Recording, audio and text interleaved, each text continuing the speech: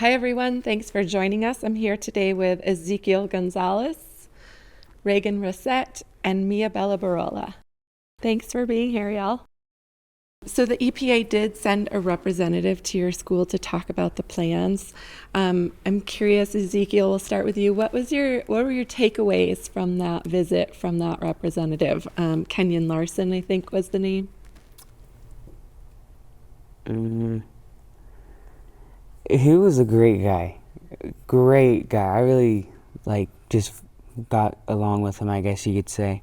I am glad that they did at least give us the time out of their days to come down.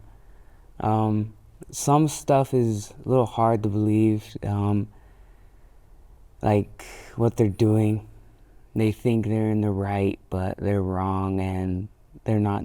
They think they're doing the right just because they think they can just 80 years later come and help, but they're still wrong. They still made that mistake. But I feel like it was at least educational and helped us that they came down, but at the same time I'm still firm on I don't want waste in my town in Thoroux. Yeah. Mia Bella, what was your takeaway from that visit from the EPA? I just felt like they were like, oh, this is what we're gonna do. It's gonna happen and you can't do nothing about it. It's like it's set in stone. Like nothing we can do is gonna change their minds. So it's like, well, what's the point of them coming over here if they're saying that this is what's gonna happen? And when we interviewed him, I guess you can say, his answers to some questions, he kind of slipped up, and it was really is what you're saying true, or is it just to ease our pain to what we're gonna go through? Reagan, your takeaway from that visit?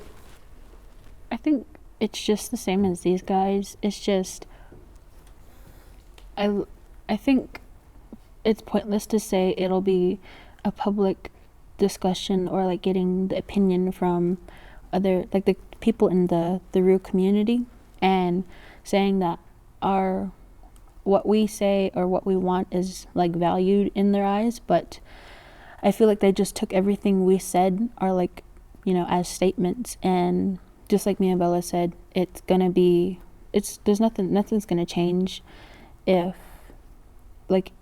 regardless of what we want or what the community has to say, nothing's gonna change. But I feel like with what we're doing now and where we are, I feel like we'll make a difference, but not as much if we don't have a lot of people with us. But my initial thought to Kenyon was he put a nice a nice face on from what he really was, because the podcast, most questions that they ask, he kind of wouldn't really answer them. He just kind of passed them off, or during the meeting when our Navajo teacher asked questions, or another teacher would, they'd pass it off to the Navajo Nation EPA, which is a Navajo woman, so he wouldn't answer it coming from us. So, and you guys have a podcast, is that right? So you interviewed him for your podcast? Yeah. And that, that's kind of an experience that reporters sometimes have too with government officials, where they want to give us a presentation, but they're not always great at answering questions. Did you feel like they had their talking points, or was it a conversation you could have? It's just talking points. There wasn't any space, or they made it seem like there was no space for us to talk. Well, from what I felt like anytime we said something that I think would have been a great conversation to have to get more of an understanding, because when they came, I feel like I learned a few things, and I got to see both on the other side of the fence, just to see maybe I'll understand why they're putting it here, but I'm still 100% not allowing it to come here. But I think it was just talking points. They didn't really care to get what we wanted or our take from it. When I visited your classroom in May, there were like maybe 10 or 15 of you who were helping me understand the issues. And one of the things that someone mentioned was that the representative from the EPA reassured you that like you wouldn't have to worry about getting sick in your lifetime if you were exposed to this waste. And you know, there's a lot of conversations among adults all the time, kind of this sort of like, what about the children kind of line of conversation. And y'all really surprised me because as teenagers, you were kind of saying, we're not concerned about our lifetime. We're concerned about the future. Can you talk a little bit about kind of the timeline you're looking at and who you're thinking about? We'll just start with you, Reagan. So for me, I think having this waste here, it'll be harmful to myself, of course, but I mainly care about my siblings and their lives and my parents' lives and basically everybody else in that community, like the little kids that live there. If this comes here and something something bad were to happen, or like the whole town get wiped out, and where's the future generations gonna come from? And there won't be anybody there. Like the land is gonna die. Nothing's gonna stay once contamination happens. It's just gonna be like every other place, like Ambrosia, like nobody goes there. It's isolated and everything. But I mainly care about the safety and good health for my family and everybody else. Ezekiel, what do you want people to understand about where you live and why we should all care about protecting it? Like anybody watching the show anywhere in New Mexico. Well, because obviously, think about it like this: if it was you, obviously you would care and you would want people to care for your situation that you're going through. You know, obviously we can't make people care, but we would like them to, and we ask them to care and for their help.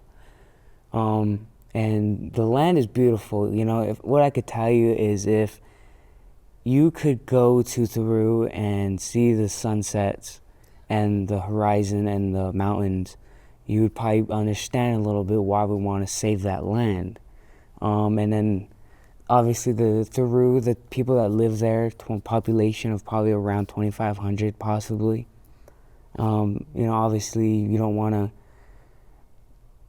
put uranium there and then have all those people leave.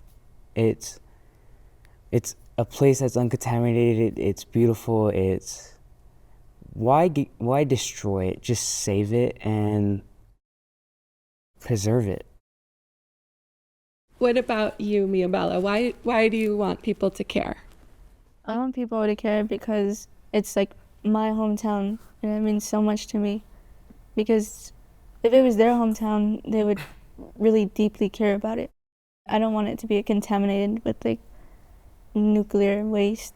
So one of the things that one of the other students when I was visiting said, and I have not been able to really stop thinking about this since then. And I think he was talking about not just your community, but I think Navajo people and Native people who've been affected by uranium mining. And he said, maybe the government is trying to kill us. And I'm curious, like, what you think about that, and if that kind of sentiment resonates with you at all. Well, shout out to Austin because he's the one that gave that response. But I could understand what he's saying, and I was thinking about that, but I don't really think so. I guess it's just money. Like, they want to save money, they want to get money. So just moving it to our little town it's not as expensive as most people would think it would be.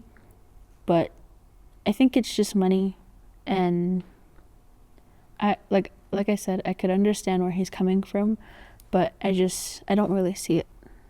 I think it's like a little bit of colonialism and a little bit of imperialism. It's just like there's a lot of uranium mines and dumps on the Navajo Nation compared to like other spots. It's all on native land. So it's like really like, oh, we got all kinds of power and you guys are just the poor brown people that we could just dump our waste on because nobody cares about you.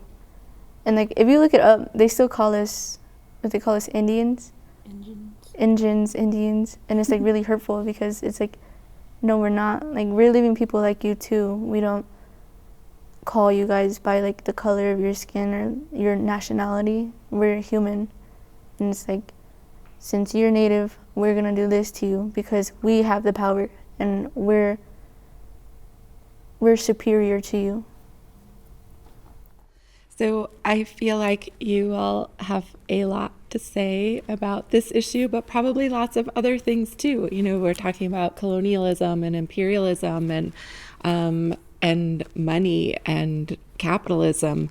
I'm curious, who do you feel like is listening to what you all have to say right now? Do you feel listened to, and who is listening?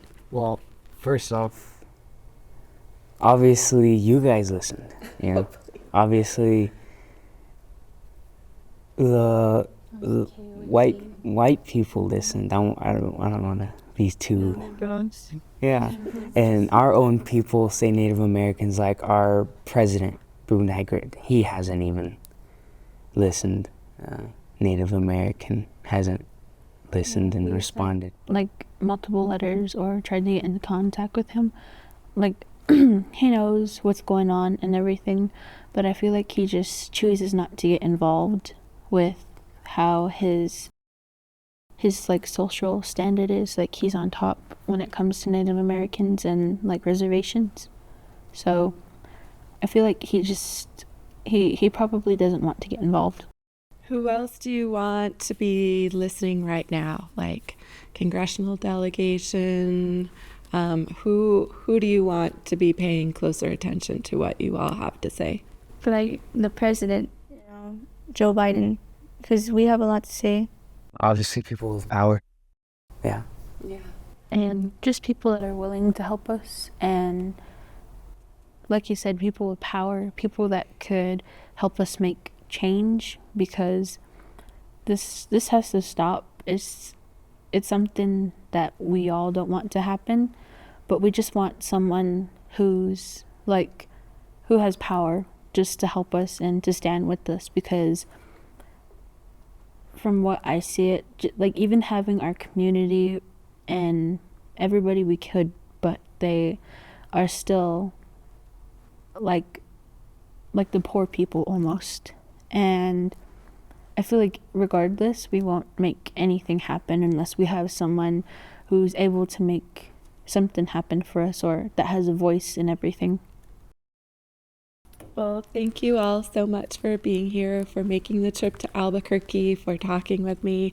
I appreciate that you care so much about your community, and I wish you all the best of luck. Thank you for having us. For having us. It's a pleasure.